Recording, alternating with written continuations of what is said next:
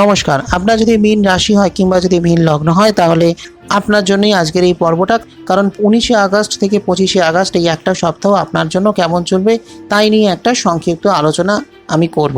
তো প্রথমেই জেনে নেওয়া যাক যে এই সপ্তাহে 9টা গ্রহ আপনার রাশির কোথায় কোন অবস্থানে রয়েছে। প্রথম কথা হলো যে বৃহস্পতির অবস্থান খুবই গুরুত্বপূর্ণ। বৃহস্পতি মঙ্গলের সঙ্গে রয়েছে বৃষ রাশিতে অর্থাৎ তৃতীয়, এটা অবশ্যই একটি শুভ ক্ষেত্র।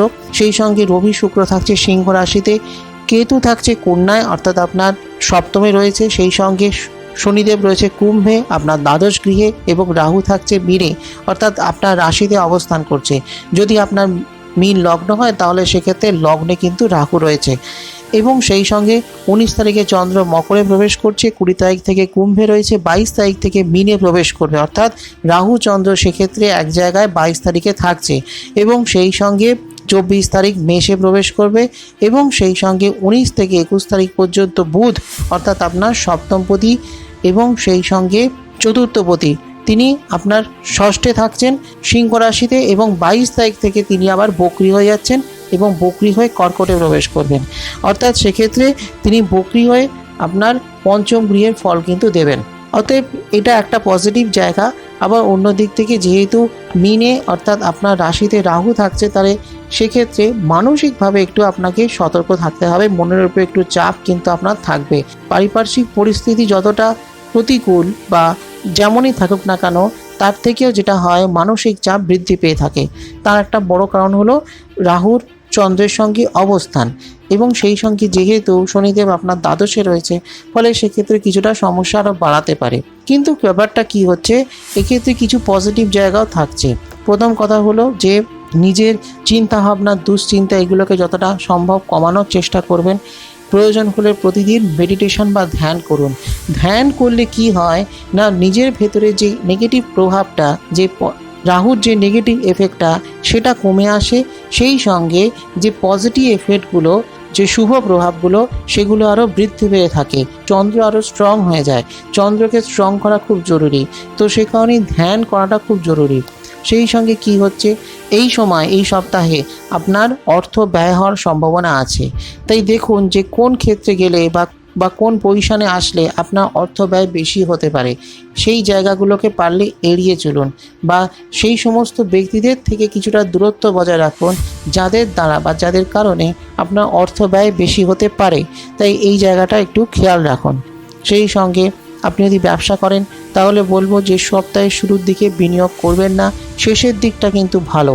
সপ্তমপতি যেহেতু পঞ্চমে থাকছে বকরি হয়ে, ফলে সেক্ষেত্রে আপনি শেষের দিকে গিয়ে ব্যবসা বিনিয়োগ করতে পারবেন। এবং আপনি যদি ব্যবসায়ী হন বা ফ্রিল্যান্স যদি কাজ করেন তাহলে সেক্ষেত্রে শেষের দিকে গিয়ে সময়টা কিন্তু আরও ধীরে ধীরে ভালোর দিকে এগোবে। বুধ কিন্তু এক্ষেত্রে ভালো ফল আপনাকে দেবে। এবং সেই সঙ্গে কি হচ্ছে, আপনার পারিবারিক জীবনে যদি কোনো সমস্যা চলে, প্রবলেম চলে, তাহলে সেই সমস্যাগুলো কিন্তু অনেকটা কমে আসবে। পারিবারিক জীবন অনেকটা ভালো হবে।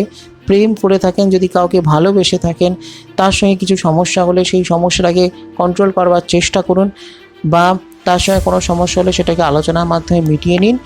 তাই আপনাকে অনেক ঠান্ডা মাথায় চলতে হবে যাতে কোনো সমস্যা বৃদ্ধি না পায়। সেই সঙ্গে কি হচ্ছে না, ভালো কিছু সিদ্ধান্ত আপনি নিতে পারেন। এই সপ্তাহে কিন্তু আপনি কিছু ভালো সিদ্ধান্ত নিতে পারেন। এবং আপনি যদি কোনো বৃহৎ কোনো সিদ্ধান্ত নেন, কোনো বড় কাজ করেন, বা কোনো প্রজেক্টে সাইন করেন, বা কোনো টেন্ডার হয়তো পাচ্ছেন, বা ধরুন কোনো কিছুর সঙ্গে চুক্তিবদ্ধ হচ্ছেন, কোনো ভালো লোকের পরামর্শ নিয়ে তারপরে সেটা করবেন। হঠকারিতায় কোনো কাজ করবেন না।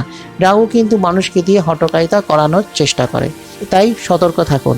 আমরা যতটা চিন্তিত হই শনিদেবের সাথে নিয়ে, তার থেকেও ডেঞ্জারাস হয়ে থাকে রাহুর অবস্থান। বিশেষ করে যদি আমি বলছি লগ্নে রাহুর কথা বলছি, লগ্নে রাহু থাকলে কি হয়, অনেক কিছু শুভ ফল প্রাপ্তি হয়ে থাকে। আপনার যদি মীন লগ্ন হয়, যদি লগ্নে রাহু থাকে, তাহলে সেক্ষেত্রে বহুবিধ শুভ ফল আপনি পাবেন, কিন্তু আপনার মধ্যে একটা জেদ, রাগ এই জিনিসগুলো কিন্তু বাড়িয়ে তোলে। তাই একটু সতর্ক থাকুন। এবং যেটা ভালো জিনিস সেটা হলো যে আপনার জীবনে বেশ কিছু পরিবর্তন আসবে। সেটা আপনার পারিবারিক জীবনে হতে পারে, সেটা আপনার কর্মক্ষেত্রে হতে পারে, আপনার অর্থনৈতিক ক্ষেত্রে হতে পারে। বেশ কিছু ভালো প্রভাব কিন্তু আপনি পাবেন। বৃহস্পতি মঙ্গলের একটি মিলিত প্রভাব আপনাকে ভালো প্রভাব কিছু দেবে, শুভ ফল কিন্তু দিতে পারে।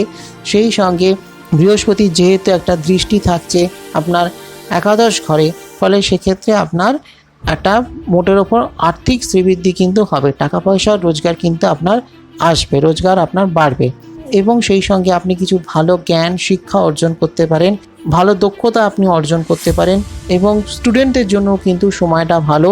আপনি যদি কোনো শিক্ষার্থী হন তাহলে কিন্তু খুব ভালো সময়, উচ্চশিক্ষার জন্য ভালো ক্ষেত্র, যথেষ্ট উন্নতির সম্ভাবনা রয়েছে, ভালো যে কোনো পরীক্ষায় যে কোনো কম্পিটিটিভ এক্সামে ভালো ফল প্রাপ্তির সম্ভাবনা রয়েছে, পরীক্ষায় যথেষ্ট উন্নতি করবার সম্ভাবনা রয়েছে। চাকরির পরীক্ষা যদি দিয়ে থাকেন সেটা হতে পারে সরকারি হয়, অনেক সময় বেসরকারি কোনো কোম্পানি থাকে তারাও অনেক সময় রিক্রুটমেন্ট টেস্ট নিয়ে থাকে।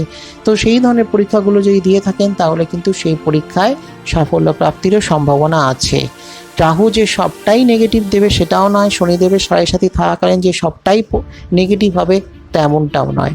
এবং যেটা হলো যে আপনি যে কাজেই থাকুন না কেন, চাকরি করুন, ব্যবসা করুন, ফ্রিল্যান্স কোনো কাজ করুন, যে ধরনের কাজই করুন না কেন, আপনার কর্মক্ষেত্রে কিন্তু একটা ভালো সময় ধীরে ধীরে আসবে, ভালো সময়ের ভালো পরিবর্তন আসবে, শুভ কিছু ঘটনা আপনার জীবনে ঘটতে পারে এবং অর্থনৈতিক ক্ষেত্রেও মোটামুটি চলবে।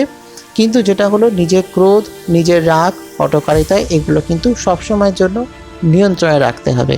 তো এটাই ছিল আমার আজকে সংক্ষিপ্ত আলোচনা। ভালো লাগলে একটা লাইক করে দেবেন, শেয়ার করে দেবেন সকলকে, আর অবশ্যই কমেন্ট করে জানাবেন আপনার প্রশ্ন বা মতামত। সেই সঙ্গে অ্যাস্ট্রোহাউস চ্যানেলটিকে সাবস্ক্রাইব করে পাশের বেল আইকনটা ক্লিক করে রাখুন। ফলো লাইক করতে ভুলবেন না অ্যাস্ট্রোহাউস ফেসবুক পেজ, যাতে আমার আগামী ভিডিওর নোটিফিকেশন সবার আগে আপনার কাছে পৌঁছয়। আসছি খুব শীঘ্রই পর্বে আরও কিছু নতুন তথ্য নিয়ে, ততক্ষণের জন্য নমস্কার।